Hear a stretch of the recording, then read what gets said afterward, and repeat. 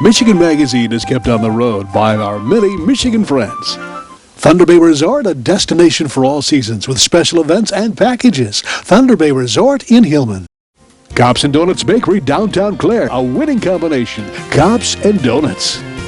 The Michigan-made rebounding mailbox pole. Never again worry about the winter snowplow taking out your mailbox with this ingenious rebounding pole. Your mailbox takes a hit and keeps coming back year after year. Call now or visit their website, toughmailboxes.com. Clemix Sales and Service on Mapes Road, west of Mio, your complete recreational vehicle sales and service connection.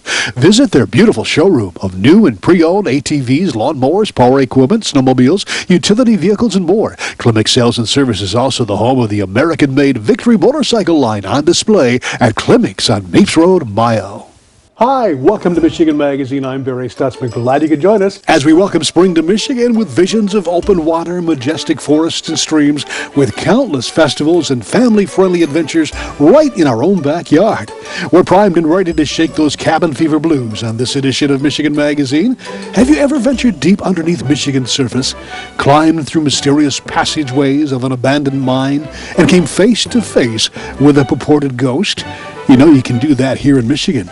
All you've got to do is venture into Michigan's wonderful Upper Peninsula, into the Keweenaw, to Delaware, the home of one of the world's most famous copper mines, the Delaware Mine. Abandoned since the 1800s, the mine is now open for guided and freestyle touring.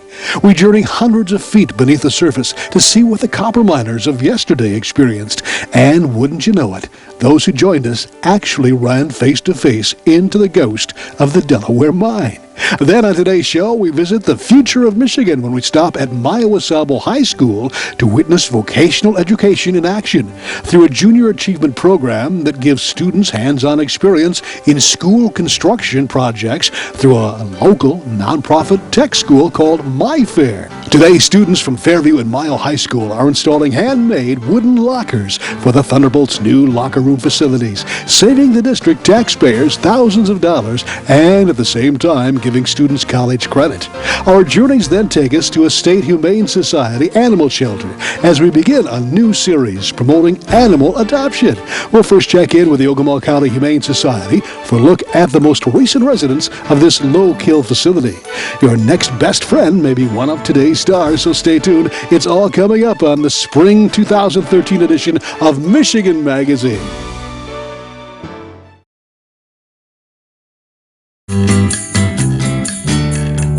I'd like to go out today somewhere new. I'm on my way, you come too. We'll find a place in the sun. In the sun.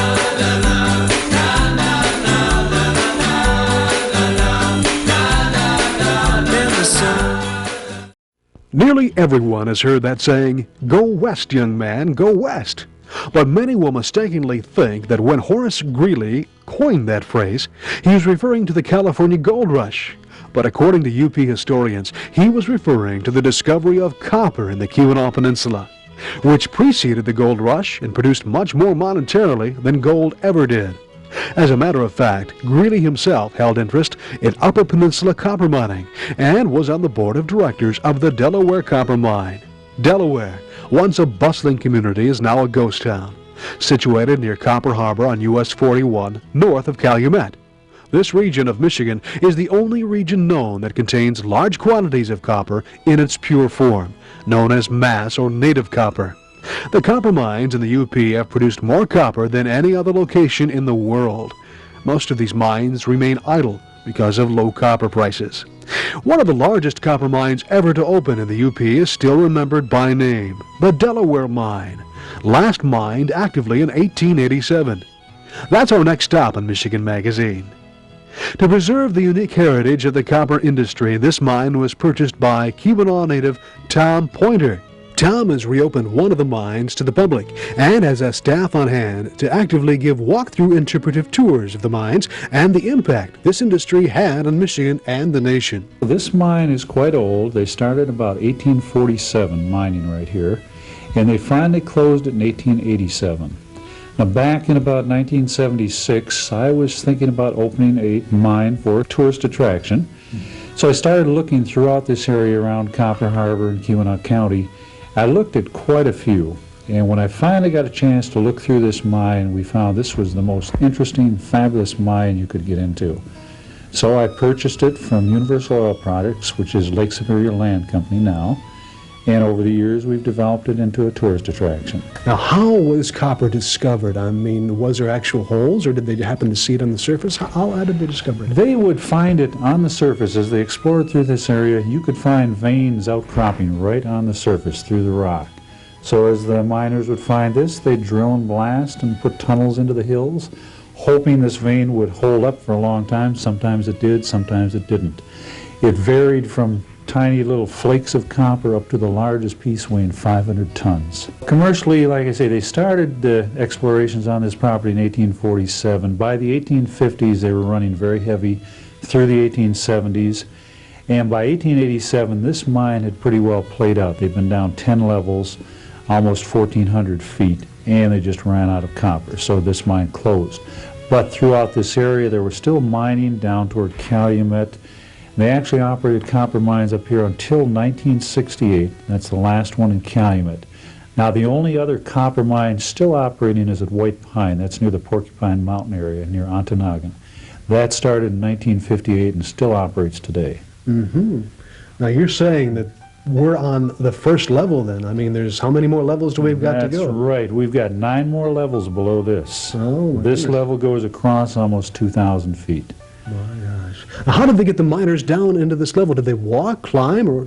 Well, they would walk at first down through the first 4 or 5 levels. They could walk down the stairs, but they found as they got deeper than that, they'd get tired, especially if they had to go in a vertical shaft where they climbed ladders. Once they got deeper than about 4 or 5 levels, they had to have some means of getting the people in and out, such as a man car, which was just a car that rode on the rails, pulled up and down, or a thing called a man engine, which would lift them on platforms up and down like this. Mm-hmm. That's how they did it. Now, observing that the coal mines of perhaps West Virginia or Kentucky, and this mine, I see there's no bracing or anything. We're on a pretty solid structure as far as mines are concerned, aren't we? Yes, we are. This whole region is known as hard rock mining because it's a very solid, safe rock. Mm-hmm. The rock we're in right here is kind of reddish in color. It's called conglomerate. It's a sedimentary rock, and at one time this was the bottom of a lake bed, just like Lake Superior out here. Mm-hmm. Sometimes if you look closely in certain areas of the mine, you can see the pebbles and rocks, but through millions and billions of years, pressure and heat compressed it into a solid mass of very strong rock. Mm-hmm. Now, when someone comes to the Delaware mines, what can they expect to see on a tour? Well, on our tours, we have several different ones. The main tour is our regular guided tour, where we take a group of people, anywhere from 2 to 20 people, walk them down the stairs to the first level, stopping along the way to explain things. Then once we're on the level, we show them different things such as a drill machine. Then we go along, throw them the large stope, which is the area where they actually took the copper out. And they walk approximately 900 feet across this level till they come to the end of the tour. Then the guide turns around, brings them back out to the surface. And at that time, they take them on a small tram ride, which takes 10 people at a time, around the trails to show them the rooms of the old buildings, the old pump house and hoist house, and the rock piles. We also have a petting zoo up there for the kids and various displays, something for everyone to see. Mm-hmm. The other tours we offer in the spring and the fall, we have a self-guided tour. This starts like in mid-May and goes till the middle of June when we get busy. At that time, we allow the people to walk down here themselves. Instead of guides, we have signs placed in various areas so they can read about it as they go and take their time. This, like I say, is springtime and from Labor Day till mid-October. The other tour we offer is a rustic lantern tour, where we take you on the normal guided tour, and we reach the end of that. We go around a corner and take you through the other section of the mine, which isn't as cleared or as neat as the section we're in here. We have it lit with old lanterns, and we take them about 900 more feet to the other end. Then you climb up the old shaft, and you actually have to get dirty. You have to get on your hands and knees and climb a little bit. And you come out into the forest, and we have a vehicle called a duck waiting for you there to give you a ride back. At that point, you've actually traversed almost 2,000 feet underground. Tom and I continued our talk 100 feet below the surface, where the temperature remains a constant all year long. Thousands of people visit the Delaware Mine each year. making their way into the past, where copper, not gold, was king. Tom went on to tell us that there was also a visitor to the mine that refuses to leave. The ghost of the Delaware Mine. We talked with a few people who had witnessed this spectacle. Did you happen to see the ghost that was in here by any chance? Yeah. You did? Yeah. They say it can't be filmed. Did anybody try to take a picture at all, or no? No. So there's actually a ghost here. Okay. Thank you very much. Okay. Enjoy the rest of your tour. And who we have here? I'm Judy Grove, And where are you from? Gladwin, Michigan. Gladwin, Michigan. That's not, that's in the Lower Peninsula. Lower Peninsula. And how did you find out about the Delaware Mine? Through advertisements, and Did you see the ghost? I saw the ghost, yes. Are you a believer? I'm a believer now. Okay. Now, what did you think of the mine tour in general? Oh, this is excellent. Just very good, very informative, amazing what was done. Did you ever think that you'd be down under the ground this far any time in your life? No, not live to tell about it. Okay, thank you very much. Enjoy the rest of your tour. We didn't see any spirits that day. Not that we really cared to, being hundreds of feet below the surface with just a flashlight. But a person can feel a presence down here, that of the heart and soul of the early miners. Tom takes great care in perpetuating that feeling. Someone really wanted to get the feel and eat a pasty down here in the mines. You've set up a situation where they can do that, didn't you? Yeah, we took one section of a tunnel and we set some nice seating in here so people can come down. We've had a lot of groups request that they could come down and be like the miners, bring their pasty down here and sit down and do it. So we made it a little more comfortable, a little easier to set up. This was the earliest part of the mine. This was done in about 1847. They followed a vein of copper. You can see just a little bit of green up there, part of the vein. They found this on the outside of the hill, and they followed this outcrop in like this with a series of tunnels. Now every 60 feet straight below us there's another tunnel coming in. These were connected by vertical shafts. Over the years they found this area was very rich in copper all through here. So then they started mining in this layer of red rock called conglomerate. Tom tells us that other projects are taking place topside at the Delaware Mine. His interest in maritime history is the seed of the creation of a shipwreck hands-on museum and displays. Copper and the shipping industry will go hand in hand. Tom Pointer, preserving Michigan's unique heritage at the Delaware Copper Mine near Copper Harbor in the Upper Peninsula. Michigan Magazine is being brought to you in part by Remembering Good Times and Great Food. Frank and Lisa invite you to Tin Lizzie's in Mile for a blast back to the 50s and 60s when food was made from scratch, including home-ground Angus burgers. A full menu of great food and good memories await you at the new Tin Lizzie's of Mile. Rose Valley Winery committed to making quality wines from locally grown cold-hardy grapes. Rose Valley Winery on Beechwood Road, Rose City. Discount Foods downtown Mile. Find national name brand foods and merchandise at sharply discounted prices. Shop the smart way and please the family without breaking the budget. Discount Foods downtown Mile. For home, medical, and healthcare products, visit Rose City Drug at 2640 North M33, just south of Rose City city limits. Rose City Drug has a complete diabetic department, including shoes. Serving Michigan for over 20 years. Rose City Drug, Rose City.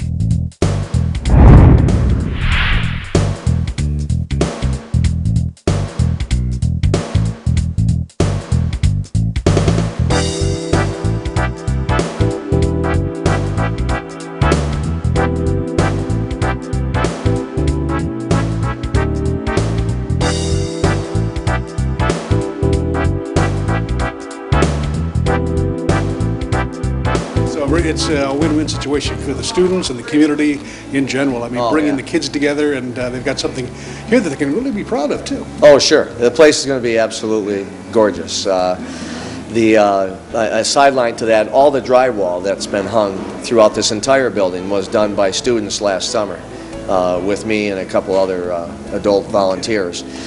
So those guys got a taste for a little bit of the construction trade relative to drywalling and taping and mudding and all of that. And that was the entire building. These guys are doing the finishing touches with the lockers itself.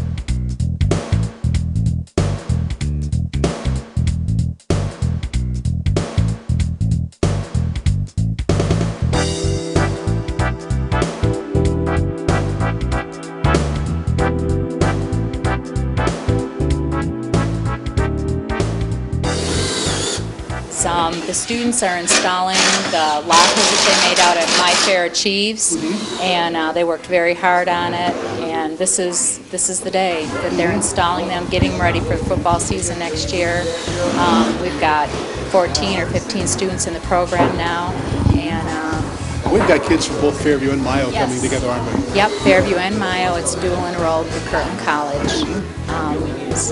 So Kirtland College and Mio Fairview, the high schools, are all coming together to give them really a hands-on application of construction and woodworking, right? Yep, it's a vocational woodworking initiative that we worked out with both the schools, the Kirtland College, Okay. and we came up with My Fair Cheese. It's actually the Economic Development Alliance is the program that we run it through for a nonprofit. This community and the Economic Development Fund, they're doing amazing stuff around here. But another cool thing is they have a Kirtland instructor here, so these kids are also earning college credit. Why? Direct college credit that they'll earn as part of this. So that's the cool part for me, is watching them leave high school already with some college credit. So it's great to see Kirtland and the schools coming together, all with My Fair, and it's just My something Fair. that I think it's time has come in Yes. developing the community involvement. Absolutely. And when this course started out in the fall, it's not ending up that way. There's been some amazing projects. And so the fact that they can build lockers for the high school at such a reduced cost, and the schools are on such tight budgets already, that's amazing. They're also got a bunch of cabinetry for a local church that's going in. They have just done some very unique projects, and that's the cool thing. They're learning about community service, working together. You've got two different schools coming together and students working together. There's so much more than earning college credit or learning some of these carpentry skills, and that's what's cool. Spring is in the air here in Michigan. What a wonderful place to live and raise a family. We at Michigan Magazine have always believed that many families are not complete without a family pet. But some have thought that same thing, but we're dead wrong in thinking a family pet is any less of a responsibility than any other family member. Some may disagree, but we strongly recommend no one go into pet ownership without the facts and a responsible attitude. Shelters throughout the state are filling fast with abandoned dogs and cats left to fend for themselves. Circumstances may vary from overwhelmed owners surrendering their beloved pets to shelters, hoping for a better life with them, or some just mistreating them and throwing them away like yesterday's trash. We at Michigan Magazine know that besides the growing number of abandoned and mistreated animals, there's also a growing concern for these animals, and organizations are making a mission of finding and matching abandoned pets with responsible owners. And we at Michigan Magazine have taken it upon ourselves to become a part of a possible solution to this problem, with upcoming segments dedicated to shelter stories of inspiration to match pets with forever families.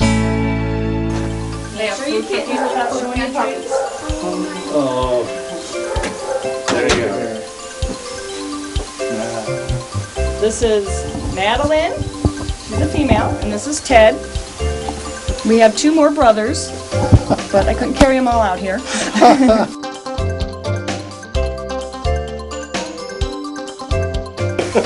Yeah.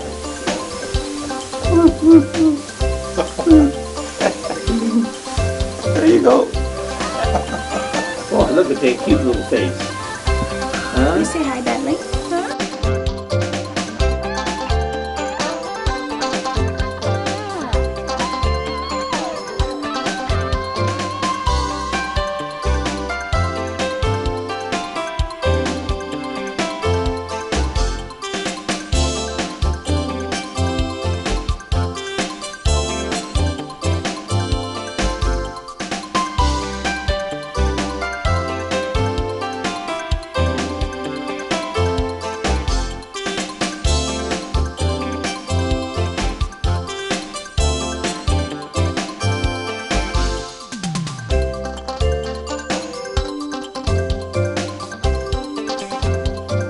Here, everything's cute. These are Teeny, Tiny, and Trini, and they're all females.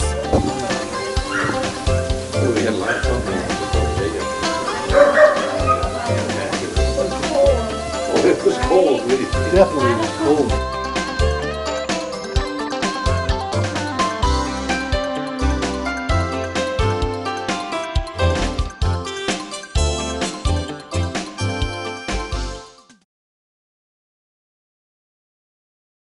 Cops and Donuts Bakery, downtown Clare, what began as a crazy idea among 9 police officers to purchase the historic Clare City Bakery quickly became an international phenomenon, carrying on a Michigan tradition with delicious donuts, pies, pastries, breads, original coffee, and more, plus a full menu at the new adjacent traffic stop diner. Downtown Clare, a winning combination, Cops and Donuts. Announcing the Michigan Paddle Sports Directory, your one-stop internet connection. At MichiganPaddleSports.com, it's now possible to explore Michigan's extensive waterways like never before. Michigan Paddle Sports Directory is a comprehensive directory of canoe and kayak rentals and liveries throughout the entire state of Michigan. At MichiganPaddleSports.com, you'll find a great paddling route, outfitter, store, school, rental shop, or tour guide. Michigan's great waterways are waiting for you. Make it an adventure worth remembering by first visiting MichiganPaddleSports.com. Thanks for dropping by. We'll see you here next week on RFD. If you'd like more information on today's show, visit our website, MichiganMagazine.com. I'm Barry Stutzman. Have a great week and get out and enjoy those Great Lakes back roads and pure Michigan. We'd like to thank all those that help keep Michigan Magazine on the road. Thunder Bay Resort, a destination for all seasons with special events and packages. Thunder Bay Resort in Hillman. Cops and Donuts Bakery, downtown Clare, a winning combination. Cops and Donuts. The Art of Amalia Jonas is at the art store near Lupton, Michigan. Stop by her gallery or visit her online to purchase that perfect masterpiece or sign up for private lessons. Begin your journey into the world of art by capturing the inspiration around you under the personal direction of Amalia Jonas at the art store. Jerry's Joint at West Branch, some of the best burgers in town. Jerry's has a full menu, but when you order the burgers steaming hot, they're made the way you like it. Stack time, made to order. Add fries, and you've got a complete meal. Jerry's Joint of West Branch, home of the best burgers in town. Hale Hardware, your do-it-center in Hale, Michigan. Much more than a regular hardware store, providing everything you need for whatever your project is, along with a knowledgeable sales staff to get her done. Serving Northern Michigan since 1946. Hale Hardware, south of M65 at Ainsley in Hale.